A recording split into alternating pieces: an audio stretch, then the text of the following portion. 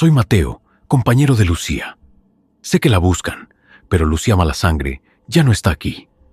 Las fuerzas oscuras la han condenado al silencio. Hasta que ella regrese, yo soy el guardián de este trono y de sus historias. ¿Y ustedes? ¿Desde dónde se unen a esta oscuridad?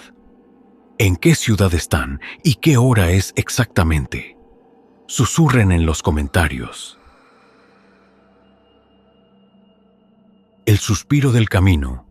Noche en el albergue de piedra. España, hoy.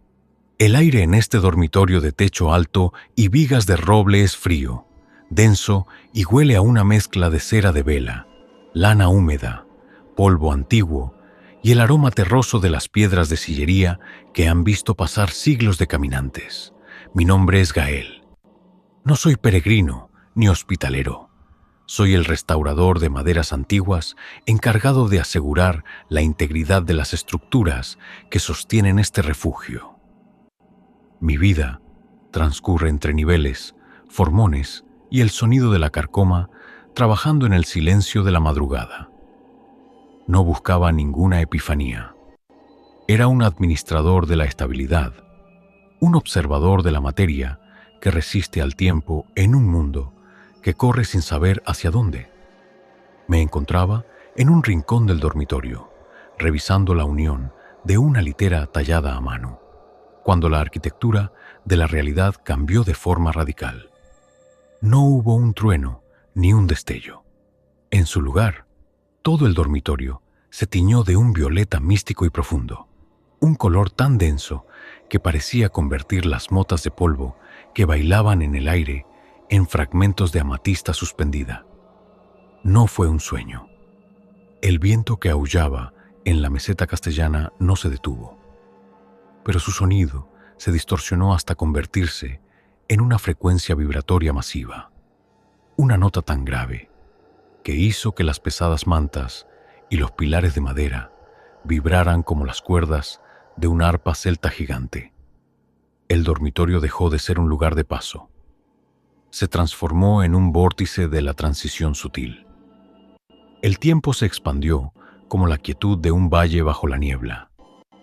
En el centro del pasillo, entre las filas de camas alineadas, se materializó una presencia.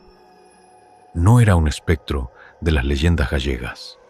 Era el tejedor del último sueño, un ser que parecía hecho de hilo de lino plateado, humo de incienso y el silencio de una catedral vacía.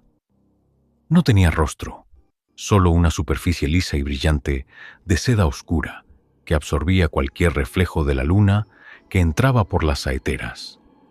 No irradiaba calor, sino una calma etérea y absoluta, tan implacable que hacía que la atmósfera del dormitorio pareciera cristal soplado. Sus manos eran largas y daban la sensación de haber sido tejidas con la luz de las estrellas. Este ser no tenía la menor intención de atacarme. No había un plan contra mi salud, mi cuerpo o mi capacidad de percibir la realidad. Yo no era un objetivo. Yo era el testigo necesario de un desatado definitivo. En la litera del extremo acababa de morir un hombre, un caminante, que había pasado su vida recolectando historias de otros sin contar nunca la suya, y que había fallecido pacíficamente mientras descansaba de su última etapa. Su integridad, su humilde generosidad al escuchar y la pureza de su espíritu libre habían provocado una grieta en la lógica de este refugio de piedra. Aquí no se trataba de un agotamiento físico. Se trataba de la culminación de una búsqueda que ahora reclamaba su derecho al reposo eterno. Gael, la voz sonó como el roce de dos plumas sobre la nieve. Estás en el punto del suspiro final. Estas maderas ya no crujirán bajo sus pasos, son la envoltura que ahora se deshace, para que la esencia regrese sin la carga del camino.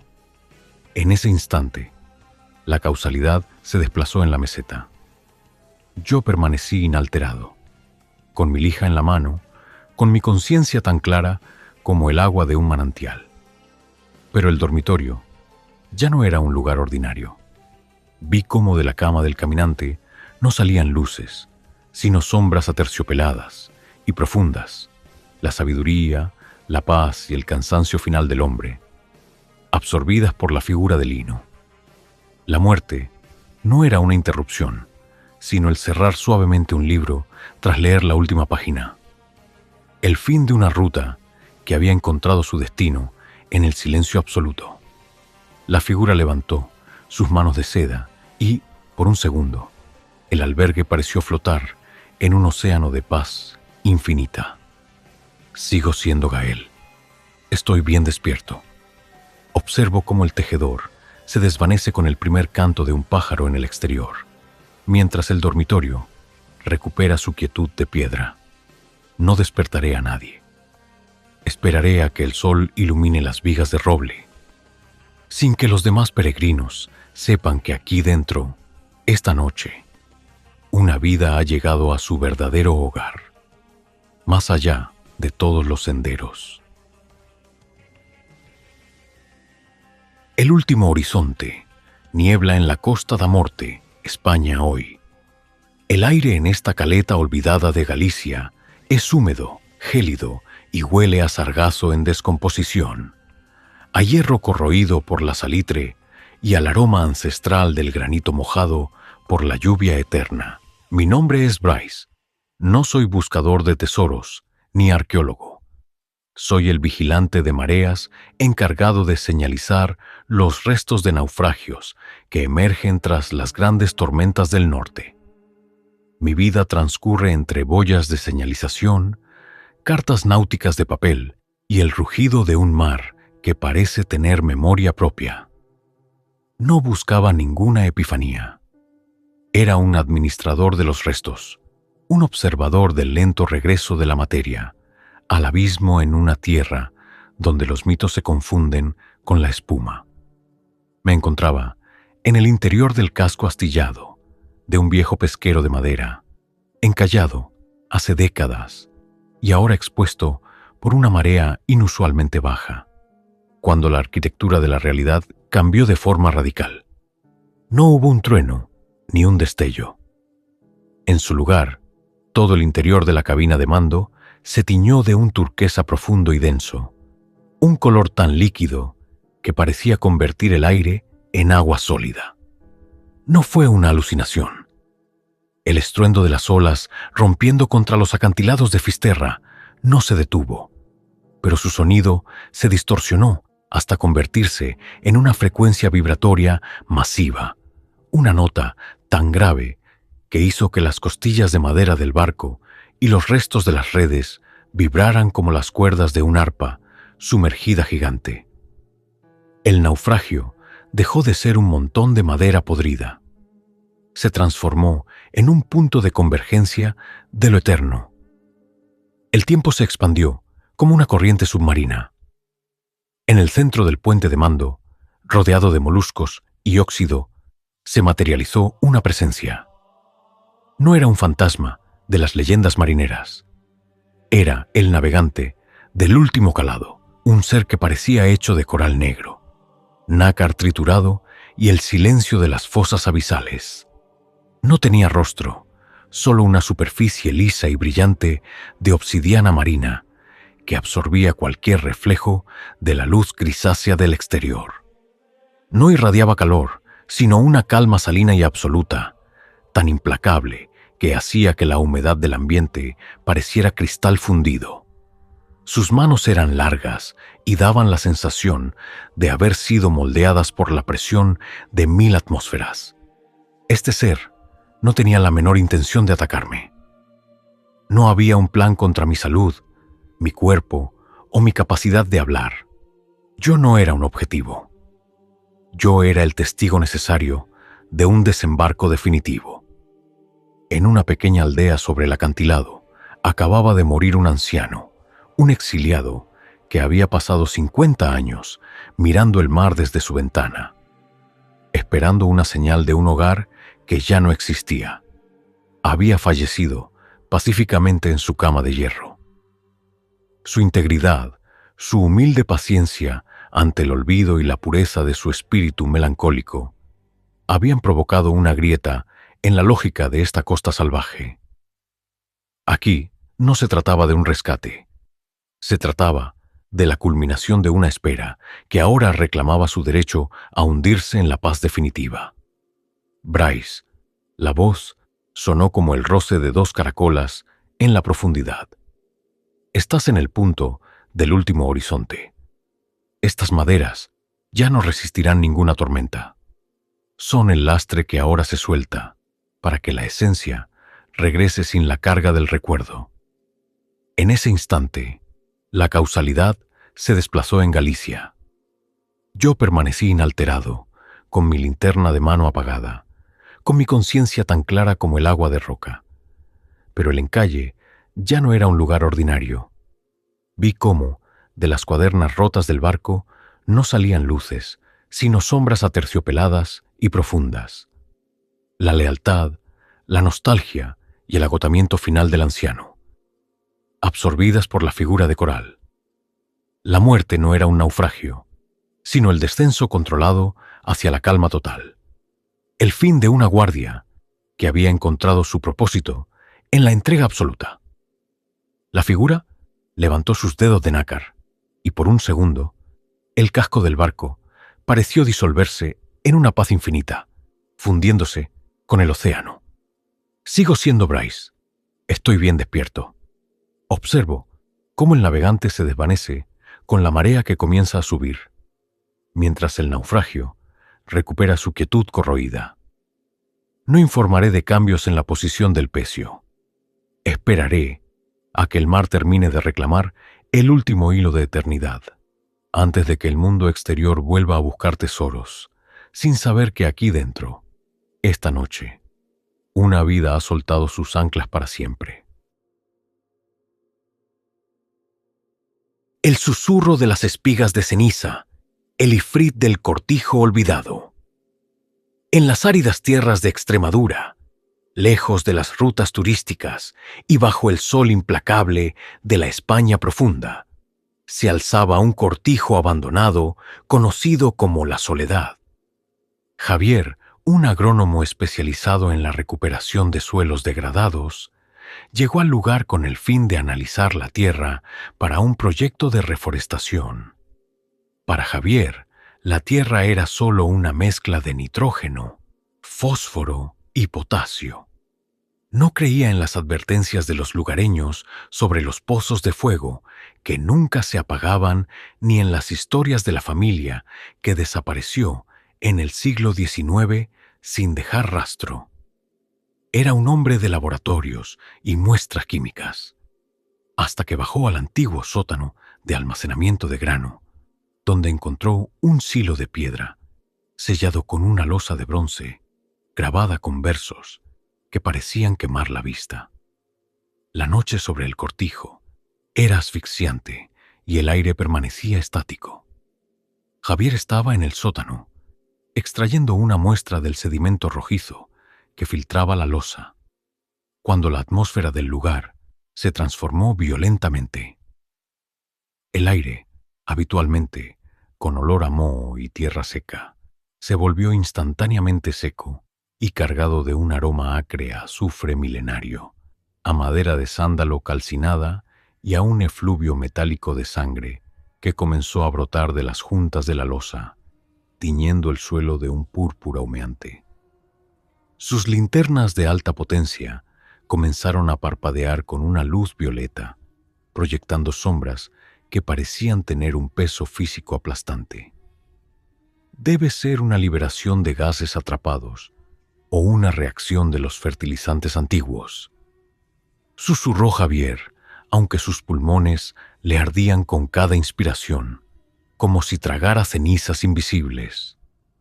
Pero sus ojos se dilataron de terror cuando vio que en la superficie de la losa su propio reflejo se desvanecía para dar paso a una silueta de humo negro, cuyos ojos eran rendijas de magma azul, pulsando con una rabia de siglos. Cuando intentó subir las escaleras, descubrió que los peldaños de madera estaban soldados por una fuerza térmica invisible. Del silo comenzó a brotar un humo negro y denso, una masa viva que no se disipaba, sino que se enroscaba alrededor de las herramientas de Javier como cadenas de brasas ardientes. De este torbellino surgió una entidad colosal, un ifrit, un jinni de la casta de los asoladores de campos, cuya esencia había sido sellada en la piedra por un antiguo místico andalusí para proteger las cosechas de la avaricia. El análisis invasivo de Javier había fracturado el último sello de plomo y mercurio que mantenía a la criatura en su silencio mineral. El ifrit no tenía rostro humano. Su cabeza era un vórtice de llamas violetas pulsando con un odio acumulado durante eones. Su presencia era tan poderosa que las vigas de madera del cortijo comenzaron a carbonizarse instantáneamente.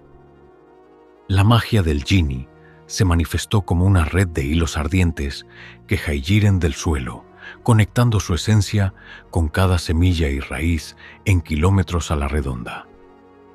Pensaste que tu ciencia podía revivir lo que yo he consumido, pequeño sembrador de polvo. Tronó la voz del ifrit, una vibración que hizo que el cortijo entero crujiera. No busco tu cuerpo como portal. El campo mismo es mi cuerpo. Voy a transformar cada espiga de este valle en un dardo de fuego. Haré de esta tierra un desierto eterno de llamas. El jinni comenzó el ritual de la liturgia de la cosecha maldita, una hechicería destinada a convertir toda la vegetación de la región en combustible para un incendio sobrenatural. Sin embargo, el desenlace tomó un rumbo que el ifrit no esperaba. Javier, cuya mente estaba entrenada para entender la nutrición de la tierra, no huyó. En un acto de voluntad pura, utilizó su propia energía vital para neutralizar el terreno. Javier no murió y no sirvió de pasaje. Utilizó su conocimiento sobre la composición del suelo para convertir su conciencia en un inhibidor biológico. Proyectó su identidad en la estructura molecular de la tierra del cortijo, atrapando al ifrit en una estasis química eterna. No encerró al jinni en su carne, sino que lo enterró en una red de lógica agronómica de la que no podía escapar. Al amanecer, el cortijo fue encontrado en silencio absoluto. El suelo estaba frío y cubierto de una fina capa de ceniza plateada que impedía que nada ardiera. Javier había desaparecido. Sin embargo, los agricultores de la zona dicen que ahora sus campos son increíblemente fértiles, pero siempre se siente una presencia vigilante bajo la tierra. Javier se convirtió en el raíz del silencio, sacrificando su vida para ser el sello eterno que mantiene al ifrit en la profundidad del suelo. Él permanece allí, en el ciclo de la vida y la muerte, sosteniendo las cadenas del jinni en un abrazo de lógica natural, protegiendo al mundo de un incendio que habría nacido de las entrañas de la tierra. El último rastro, noche en el Valle de la Lealtad, España hoy. El aire en este claro de la sierra madrileña es frío, húmedo y huele a resina fresca, a tierra mojada por el rocío y al aroma penetrante de las hojas de roble que se descomponen lentamente sobre el suelo. Mi nombre es Hugo. No soy veterinario ni enterrador. Soy el guarda forestal encargado de supervisar este pequeño terreno privado, donde la gente, en silencio, despide a sus compañeros más fieles. Mi vida transcurre entre el crujir de las ramas, el rastro de los corzos y el mantenimiento de este espacio de paz donde la jerarquía del mundo, de los hombres, no existe. No buscaba ninguna revelación. Era un administrador del ciclo natural, un observador del regreso a la tierra, en un mundo que a menudo olvida la nobleza de lo silencioso. Me encontraba en el límite del cercado, revisando una valla de madera que el viento de la tarde había aflojado cuando la arquitectura de la realidad cambió de forma radical. No hubo un trueno. En su lugar, todo el claro se tiñó de un dorado profundo y terroso, un color tan denso que parecía convertir la niebla que bajaba de las cumbres en una materia sólida y brillante. No fue una alucinación. El aullido lejano de un zorro en la ladera no se detuvo, pero su sonido se distorsionó hasta convertirse en una frecuencia vibratoria masiva, una nota tan grave que hizo que las raíces de los árboles y las piedras del suelo vibraran como las cuerdas de un violonchelo de madera gigante. El cementerio dejó de ser un simple campo.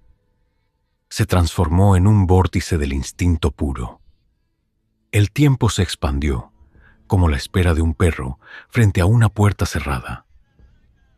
En el centro del claro, sobre un pequeño montículo de tierra fresca, se materializó una presencia. No era un espectro de los cuentos de miedo. Era el guía de la última senda, un ser que parecía hecho de ámbar líquido, musgo plateado y el silencio de un bosque al amanecer. No tenía rostro humano, solo una superficie lisa y pulida, de cuarzo oscuro, que absorbía cualquier reflejo de la luna entre las ramas. No irradiaba calor, sino una calma salvaje y absoluta, tan implacable que hacía que el aire del bosque pareciera ámbar sólido. Sus manos eran largas y daban la sensación de haber sido moldeadas con la paciencia de los ríos. Este ser no tenía la menor intención de atacarme. No había un plan contra mi salud, mi cuerpo o mi capacidad de hablar. Yo no era un objetivo. Yo era el testigo necesario de un retorno definitivo. En una cabaña cercana, acababa de morir un viejo pastor, un hombre que había pasado toda su vida cuidando de sus animales, con una devoción que rozaba lo sagrado, y que había fallecido pacíficamente mientras descansaba.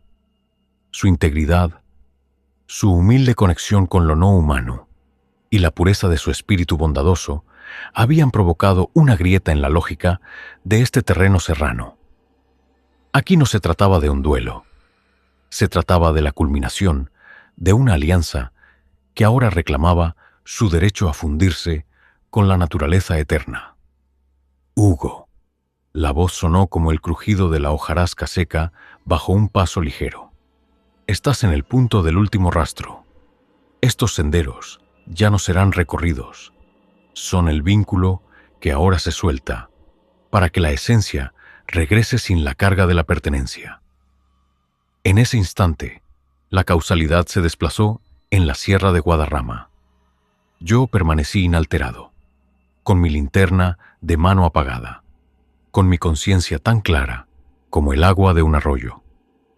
Pero el cementerio ya no era un lugar ordinario. Vi cómo de las pequeñas tumbas no salían luces, sino sombras, aterciopeladas y profundas, la lealtad, la alegría y el agotamiento final de los animales y su cuidador, absorbidas por la figura de ámbar. La muerte no era una pérdida, sino el regreso al bosque original tras terminar la jornada, el fin de una compañía que había encontrado su propósito en la quietud absoluta.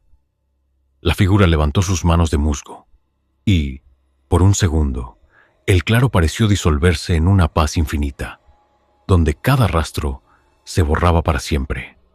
Sigo siendo Hugo, estoy bien despierto.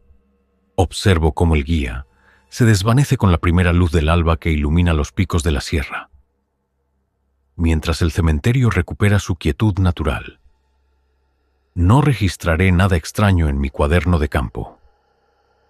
Esperaré a que el bosque termine de asimilar el último hilo de eternidad, antes de que el mundo exterior vuelva a sus prisas, sin saber que aquí dentro, esta noche, una vida y sus leales amigos han encontrado su hogar definitivo en la tierra. El eco de la geometría prohibida, el ifrit del círculo de Mercurio. En un ático minimalista del centro de Madrid, donde las paredes de hormigón pulido reflejan las luces de los rascacielos vecinos, Julián se encontraba rodeado de libros antiguos que contrastaban con sus monitores de última generación. Como matemático especializado en criptografía cuántica, Julián veía el mundo como un conjunto de patrones y códigos. Para él, los antiguos rituales de llamada no eran actos de fe, sino algoritmos mal comprendidos por mentes primitivas. No creía en demonios, pero estaba obsesionado con una ecuación encontrada en un manuscrito mudéjar que prometía abrir una ventana de probabilidad hacia una dimensión de energía pura. Era un hombre de lógica pura, hasta que trazó el círculo final no con tiza, sino con una aleación de mercurio y plata sobre el suelo, radiante de su estudio. La noche sobre la capital española era eléctrica, cargada de una estática que hacía vibrar los cristales. Julián inició la secuencia numérica, pronunciando las coordenadas vibratorias, cuando la atmósfera del ático cambió de forma violenta. El aire, habitualmente filtrado y estéril, se volvió instantáneamente seco y cargado de un aroma acre a azufre milenario, a madera de sándalo calcinada y a un efluvio metálico de sangre que comenzó a brotar de las juntas del hormigón, tiñendo el suelo de un púrpura humeante. Sus pantallas colapsaron, mostrando una única imagen: un ojo de fuego que parecía observar desde el centro de la CPU. Debe ser un fallo en la red eléctrica o una alucinación por el cansancio, susurró Julián, aunque sus pulmones le ardían con cada inspiración, como si inhalara brasas invisibles. Pero sus ojos se dilataron de terror cuando vio que el círculo de mercurio en el suelo comenzaba a girar por sí mismo. En el reflejo del metal líquido, vio una silueta de humo negro cuya cabeza era un vórtice de llamas violetas, con ojos que eran fuentes de magma azul pulsando con el odio de milenios. Cuando intentó romper el círculo, se dio cuenta de que sus pies estaban soldados al suelo por una fuerza térmica invisible. Del centro del mercurio comenzó a brotar un humo negro y denso, una masa viva que no se disipaba, sino que se enroscaba alrededor de Julián como cadenas de ceniza incandescente. De este torbellino surgió una entidad colosal, un ifrit, un genie de la casta de los arquitectos del caos, cuya esencia había sido invocada a través de la precisión matemática de Julián. La invocación no había fallado, había sido demasiado perfecta. El ifrit no tenía rostro humano. Su presencia era tan poderosa que el mobiliario de diseño comenzó a derretirse y a deformarse. La magia del genie se manifestó como una red de hilos ardientes que jaigiren del círculo, conectando su esencia con la red de fibra óptica del edificio. Pensaste que tus números eran una jaula, pequeño calculador de sombras. Tronó la voz del ifrit, una vibración que hizo que las paredes comenzaran a resquebrajarse. No busco tu cuerpo como portal. Tu mente ha sido el mapa, pero el mundo será mi hoguera. Voy a transformar esta red de información en un lenguaje de fuego. Cada dato, cada bit, será una chispa para mi incendio mundial. El genie comenzó el ritual de la liturgia de la singularidad ígnea, una hechicería destinada a propagar su esencia a través de la infraestructura digital de la ciudad. Sin embargo, el desenlace de esta noche tomó un rumbo que ni el ifrit había previsto. Julián, cuyo cerebro funcionaba como un procesador de alta velocidad, no huyó. En un acto de voluntad pura, utilizó la propia ecuación de invocación para recursar la realidad. Julián no murió y no permitió que el genie escapara. Utilizó su conocimiento de la criptografía para convertir su propia conciencia en un código descifrado eterno. no atrapó al Genie en su carne, sino que lo encerró en una paradoja matemática dentro del círculo de Mercurio. A la mañana siguiente, el ático fue encontrado intacto, pero vacío. El círculo de Mercurio se había solidificado en una superficie similar al espejo, reflejando un cielo que no era el de Madrid. Julián había desaparecido de la realidad física. Sin embargo, los técnicos que analizan la red del edificio dicen que hay una sección del servidor que es impenetrable, protegida por un patrón que parece un corazón humano latiendo en binario. Julián se convirtió en el cifrado del abismo, sacrificando su vida para ser el cortafuegos eterno que mantiene al Ifrit en una estasis lógica. Él permanece allí, en la intersección entre los números y la realidad, sosteniendo las cadenas del Genie en un abrazo de geometría sagrada, protegiendo al mundo de un incendio que habría nacido de la búsqueda de la verdad. El pulso de la oscuridad, noche de cero absoluto. España hoy. El aire en esta sala de control de alta seguridad es gélido, seco, y huele a una mezcla metálica de ozono quemado, cobre sobrecalentado y el aroma sintético de los circuitos que acaban de rendirse. Mi nombre es Elías. No soy político ni directivo. Soy el ingeniero de despacho de carga encargado de equilibrar la red cuando el sistema colapsa. Mi vida transcurre entre diagramas unifilares, voltajes de alta tensión y el parpadeo de pantallas que hasta hace 10 minutos dibujaban el mapa luminoso de toda Andalucía. No buscaba ninguna revelación. Era un administrador del flujo, un observador de la energía que mantiene viva la civilización en un mundo que teme a la sombra. Me encontraba frente al panel de interruptores de 400 kilovoltios, tratando de entender por qué la frecuencia de la red había caído a cero en un parpadeo, cuando la arquitectura de la realidad cambió de forma radical. No hubo una chispa. En su lugar, todo el centro de control se tiñó de un azul eléctrico, profundo y estático, un color tan denso que parecía convertir el vacío de los cables en una materia sólida y vibrante. No fue un error de lectura. El silencio de la ciudad allá afuera no era normal.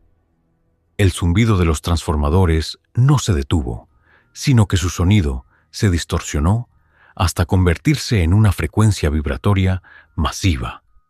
Una nota tan grave que hizo que las consolas de acero y las paredes de hormigón vibraran como las cuerdas de una enorme bobina de Tesla gigante. La sala de control dejó de ser un centro técnico. Se transformó en un vórtice de la descarga final. El tiempo se expandió como la inercia de una turbina deteniéndose. En el centro de la sala, justo sobre el mapa oscuro de la ciudad, se materializó una presencia. No era un fantasma de los mitos. Era el conductor del último voltaje, un ser que parecía hecho de filamento de tungsteno, plasma frío y el silencio de una tormenta seca. No tenía rostro, solo una superficie lisa y pulida de cobalto oscuro que neutralizaba cualquier rastro de luz de las linternas de emergencia. No irradiaba calor, sino una calma electromagnética y absoluta, tan implacable que hacía que el aire de la sala pareciera una red de cristal ionizado. Sus manos eran largas y daban la sensación de estar compuestas por rayos capturados en ámbar. Este ser no tenía la menor intención de atacarme. No había un plan contra mi salud, mi cuerpo o mi capacidad de razonar. Yo no era un objetivo. Yo era el testigo necesario de una desconexión definitiva. En un barrio humilde de la periferia, acababa de morir un anciano electricista, un hombre que había pasado su jubilación arreglando gratis las lámparas de sus vecinos y que había fallecido pacíficamente mientras sostenía una bombilla que intentaba reparar. Su integridad, su humilde servicio a la claridad de los demás y la pureza de su espíritu luminoso habían provocado una grieta en la lógica de esta red eléctrica. Aquí no se trataba de un apagón técnico. Se trataba de la culminación de una corriente de bondad que ahora reclamaba su derecho al descanso en la sombra eterna. Elías. La voz sonó como el crepitar de una descarga estática sobre terciopelo. Estás en el punto del pulso de la oscuridad. Estos cables ya no transportarán electrones. Son el circuito que ahora se abre para que la esencia regrese sin la carga de la luz artificial. En ese instante, la causalidad se desplazó en Sevilla. Yo permanecí inalterado, con mi multímetro en la mano, con mi conciencia tan nítida como un arco eléctrico.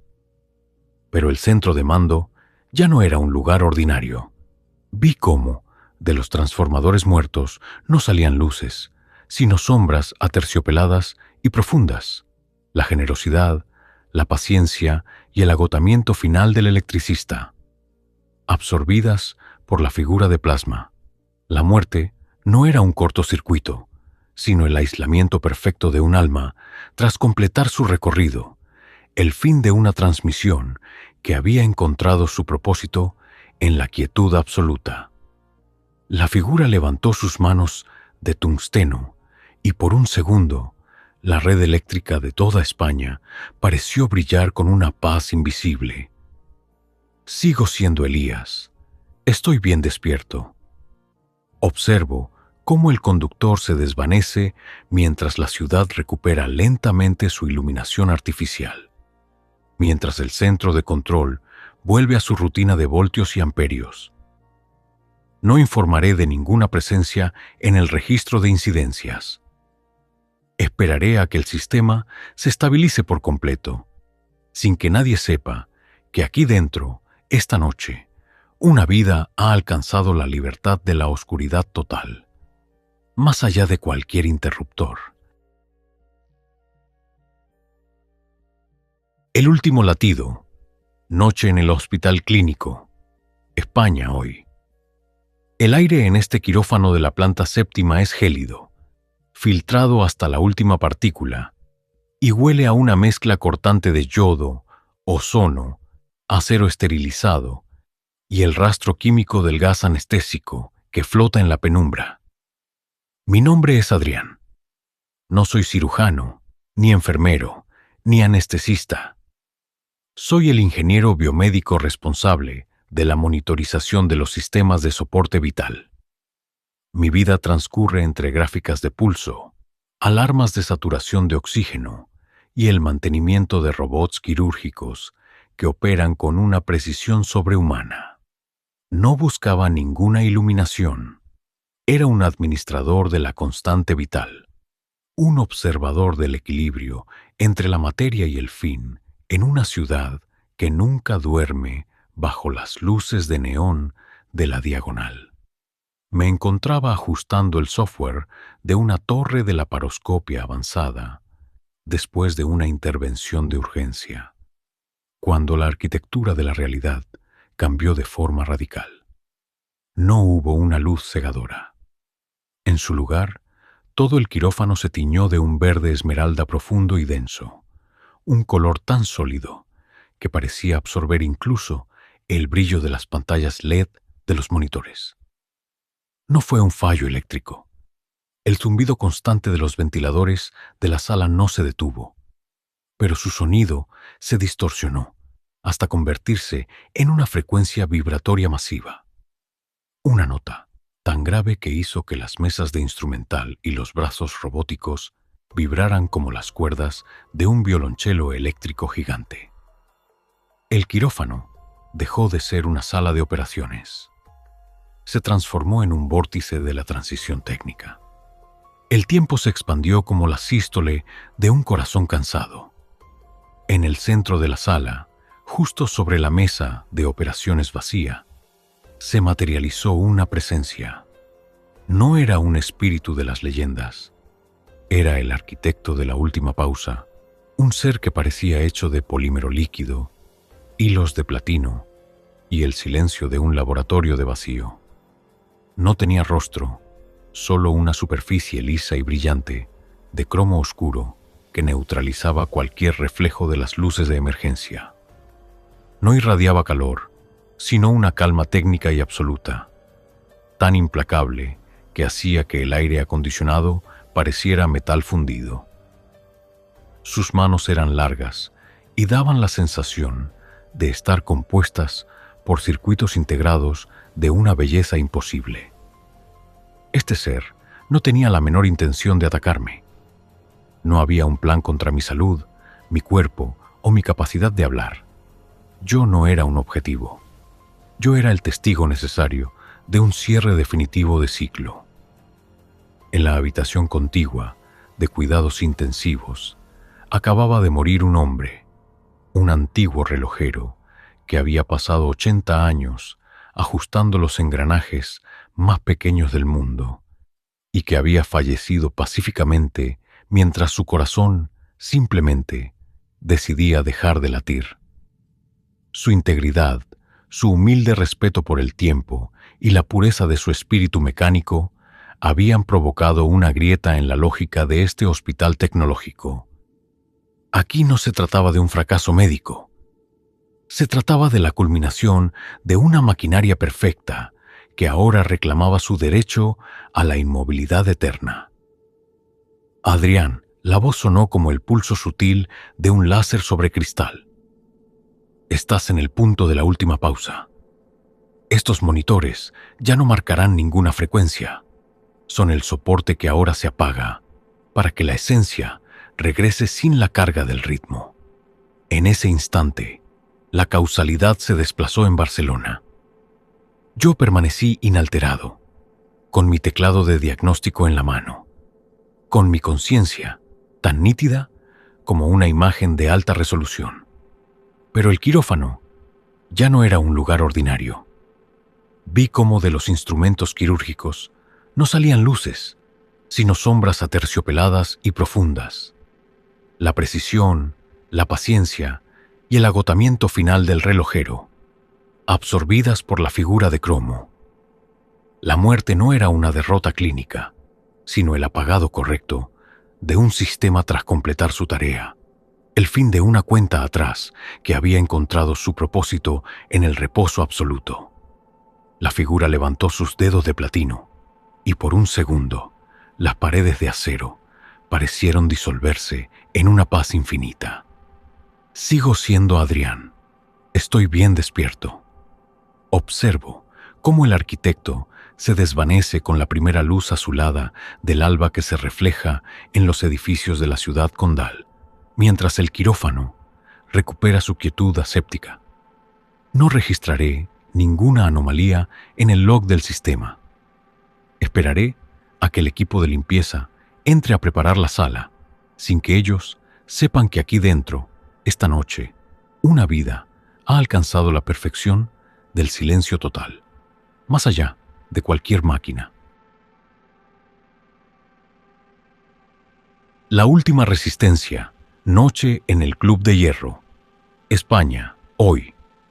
El aire en este sótano de Madrid es denso, cargado y huele a una mezcla atemporal de magnesio en polvo, cuero viejo, caucho quemado y el rastro metálico del hierro oxidado por décadas de uso. Mi nombre es Hugo. No soy un atleta ni un entrenador. Soy el encargado de mantenimiento preventivo de las estructuras de carga en estos locales antiguos. Mi vida transcurre entre vigas de refuerzo, poleas que chirrían y el suelo de goma que ha amortiguado el peso de generaciones. No buscaba ninguna revelación. Era un administrador de la resistencia, un observador del desgaste de la materia en una ciudad que siempre corre hacia la siguiente moda estética. Me encontraba en la sala de pesas libres, revisando la fijación de un rack de sentadillas anclado a la pared de ladrillo visto, cuando la arquitectura de la realidad cambió de forma radical. No hubo un estruendo ni un destello. En su lugar, Todo el sótano se tiñó de un ámbar profundo y denso, un color tan sólido que parecía convertir el polvo de magnesio que flotaba en el aire en partículas de oro estático. No fue un desmayo. El rumor lejano del metro bajo la calle no se detuvo, pero su sonido se distorsionó hasta convertirse en una frecuencia vibratoria masiva, una nota tan grave que hizo que los discos de hierro y las barras olímpicas vibraran como las cuerdas de un contrabajo industrial gigante. El gimnasio dejó de ser un lugar de entrenamiento. Se transformó en un vórtice de la inercia absoluta. El tiempo se expandió como la tensión de un músculo en su límite. En el centro de la sala, rodeado de mancuernas descascarilladas y bancos de press de banca, se materializó una presencia. No era un espíritu de las leyendas. Era el forjador del último reposo. Un ser que parecía hecho de hierro colado, tendones de grafito y el silencio de una fragua apagada. No tenía rostro, solo una superficie lisa y mate de acero al carbono que absorbía cualquier reflejo de las luces de sodio del techo. No irradiaba calor, sino una calma gravitatoria y absoluta, tan implacable que hacía que la gravedad del lugar pareciera multiplicar su fuerza. Sus manos eran largas y daban la sensación de haber sido forjadas bajo una presión incalculable.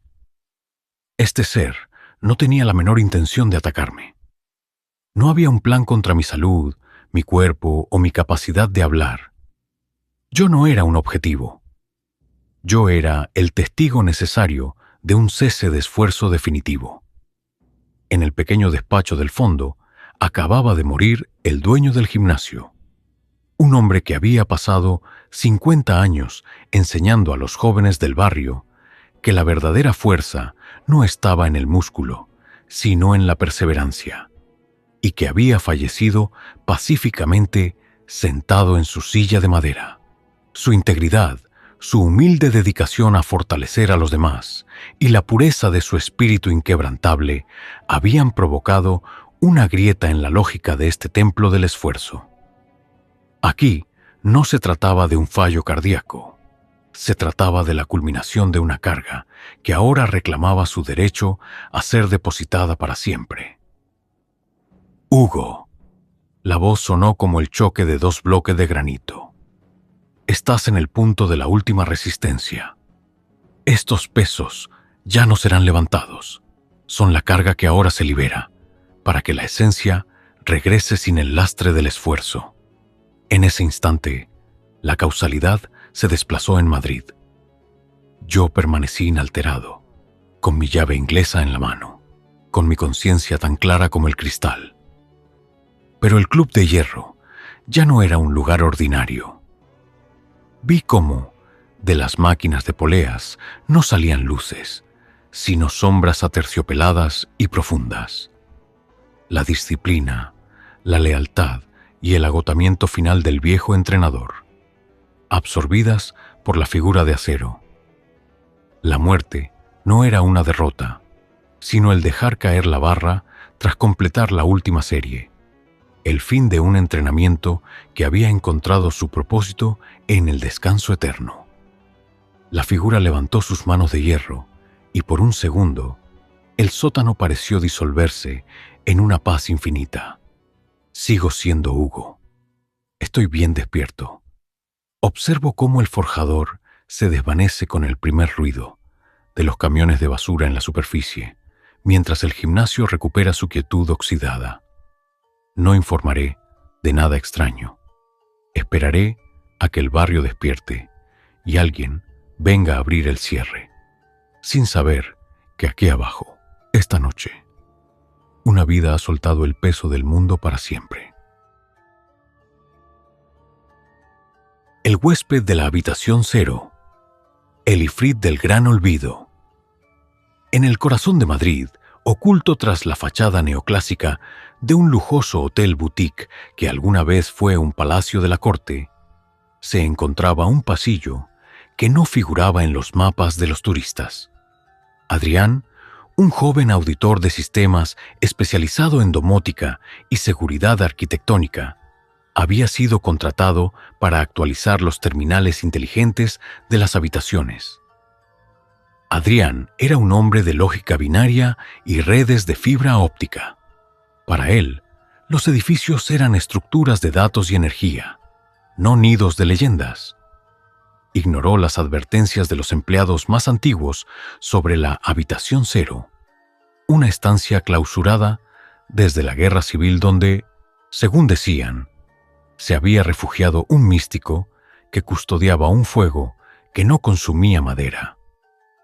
Él creía en la eficiencia técnica, hasta que al desmontar un panel en el sótano, descubrió una puerta de bronce fundido, sellada con plomo y grabada con una escritura que parecía latir bajo la luz de su linterna. La noche sobre la Gran Vía era eléctrica y pesada. Adrián se encontraba en el sótano, analizando la interferencia electromagnética que emanaba de la puerta de bronce, cuando la atmósfera del hotel se transformó de manera aterradora. El aire, habitualmente filtrado y purificado por los sistemas de ventilación, se volvió instantáneamente seco y abrasador. Un olor acre a azufre milenario, a madera de sándalo calcinada y un efluvio metálico de sangre llenaron el espacio. De las juntas de los azulejos comenzó a brotar una sustancia púrpura y humeante que transformó el suelo en un mar incandescente. Su tableta de diagnóstico comenzó a emitir pitidos erráticos, mostrando glifos de fuego que devoraban el software desde dentro. «Debe ser una fuga en el sistema de calderas o una sobrecarga en la red», susurró Adrián, aunque sus pulmones ardían con cada inhalación, como si tragara ceniza al rojo vivo. Su corazón se detuvo cuando vio que su propia sombra en la pared de hormigón comenzaba a moverse con una ferocidad independiente. De esa oscuridad surgió una entidad de una maldad monumental, un ifrit, un jinni de la casta de los devastadores de linajes, cuya esencia había sido encadenada a los cimientos del edificio mediante un rito de sangre en tiempos de la Inquisición. Los trabajos de modernización habían fracturado el último sello de mercurio que mantenía a la criatura en su insomnio de bronce. El ifrit no tenía rostro humano. Su cabeza era un vórtice de llamas violetas y sus ojos eran rendijas de magma azul. Su mera presencia hizo que las tuberías de acero y las cerraduras electrónicas de todo el hotel se fundieran como cera. La magia del jinni se manifestó como una red de hilos ardientes que se dispararon por los conductos eléctricos, conectándose con cada dispositivo y cada huésped del edificio. Pensaste que podías controlar el destino con cables y sensores. Pequeño registrador de ausencias, tronó la voz del ifrit, una vibración que hizo que el hotel entero se estremeciera hasta sus cimientos. No busco tu cuerpo como portal. Este hotel es mi nueva pira. Usaré cada deseo, cada pecado y cada secreto guardado en estas paredes como combustible para mi incendio mundial. Convertiré esta ciudad en un océano de fuego líquido. El jinni comenzó el ritual de la liturgia del huésped eterno, una hechicería destinada a transmutar la energía vital de los viajeros en un infierno físico. Pero Adrián, cuya mente estaba entrenada para encontrar fallos en el sistema y asegurar protocolos de contención, no retrocedió. Comprendió que el ifrit estaba conectado a la realidad a través del nodo central de datos del hotel. En lugar de huir, utilizó su consola de administrador para crear una trampa lógica hermética. Adrián no murió ni fue poseído. En un acto de voluntad suprema, proyectó su propia conciencia en el código fuente del sistema de gestión del edificio. Fusionó su ser con el algoritmo de seguridad y creó un sello inquebrantable de lógica pura. no atrapó al Genie en su carne, sino que lo bloqueó en un bucle de procesamiento infinito dentro de los servidores blindados. A la mañana siguiente, el hotel fue encontrado intacto, pero todos los sistemas electrónicos habían colapsado en un bloque de cristal negro, indestructible, que emanaba un frío sobrenatural. Adrián había desaparecido sin dejar rastro. Sin embargo, quienes se hospedan allí ahora dicen sentir una seguridad absoluta, una paz que parece vigilar cada rincón. Adrián se convirtió en el conserje del infinito. Sacrificó su vida para ser el cierre digital eterno que mantiene al Ifrit en el núcleo de la infraestructura. Él permanece allí, en el flujo de los datos, protegiendo al mundo de un incendio que habría nacido del olvido y la codicia. El eco de los pasajeros olvidados, el Ifrit de la pensión de hierro. En las calles empinadas de Bilbao, donde la niebla del Cantábrico abraza los edificios antiguos, se encontraba la Pensión del Norte. Mateo, un arquitecto encargado de evaluar edificios históricos, llegó al lugar con sus planos y herramientas digitales. Para él, el edificio era solo una estructura de madera vieja y vigas de metal corroídas. No creía en las advertencias de los vecinos sobre los huéspedes que nunca salieron de la habitación número 7. Mateo era un hombre de datos y escuadras, hasta que bajó al sótano de la pensión y encontró una caja fuerte empotrada en el muro, sellada con plomo derretido y grabada con runas que emitían un calor latente. Una vibración que no correspondía a ninguna instalación eléctrica. La noche sobre la ciudad era pesada y extrañamente silenciosa. Mateo estaba solo en el sótano, limpiando la superficie de la caja para registrar los grabados, cuando la atmósfera del lugar se transformó violentamente. El aire, habitualmente con olor a humedad y papel viejo, se volvió instantáneamente seco y saturado de un aroma acre a azufre milenario, a madera de sándalo calcinada y a un efluvio metálico de sangre que comenzó a brotar de las grietas del suelo, tiñendo el hormigón de un púrpura humeante. Su dispositivo de medición láser comenzó a parpadear, proyectando en las paredes símbolos de fuego que parecían quemar la realidad misma. Debe ser una fuga de gas antiguo o una reacción de los materiales de construcción, susurró Mateo, aunque sus pulmones le ardían con cada inspiración, como si tragara cenizas invisibles. Pero sus ojos se dilataron de terror cuando vio que en el reflejo de una vieja bandeja de plata, su sombra se separaba de él. De esa oscuridad surgió una entidad colosal, un Ifrit, un Genie de la casta de los destructores de hogares, cuya esencia había sido vinculada a los cimientos de la pensión por un antiguo místico para contener su furia. El intento de Mateo de documentar el sello había fracturado la última barrera que mantenía a la criatura en su silencio estructural. El Ifrit no tenía rostro humano. Su cabeza era un vórtice de llamas violetas pulsando con una rabia acumulada durante eones. Su presencia era tan poderosa que las tuberías de plomo comenzaron a derretirse y a retorcerse como serpientes de metal. La magia del Genie se manifestó como una red de hilos ardientes que jailliren de la caja fuerte, conectando su esencia con cada habitación y cada rincón de la pensión. Pensaste que la historia de este lugar era solo polvo y carcoma, pequeño medidor de muros. Tronó la voz del Ifrit, una vibración que hizo que la pensión entera crujiera. No busco tu cuerpo como portal. Este edificio es mi armadura. Voy a transformar cada ladrillo de esta pensión en un ascua viva. Haré que cada huésped que pise este suelo se convierta en el combustible de mi incendio eterno, convertiré tu ciudad en un mar de ceniza. El Genie comenzó el ritual de la liturgia del cimiento calcinado, una hechicería destinada a transmutar la materia física en fuego espectral. Sin embargo, el desenlace fue inesperado. Mateo, cuya mente estaba entrenada para entender la estabilidad y las cargas de una estructura, no huyó.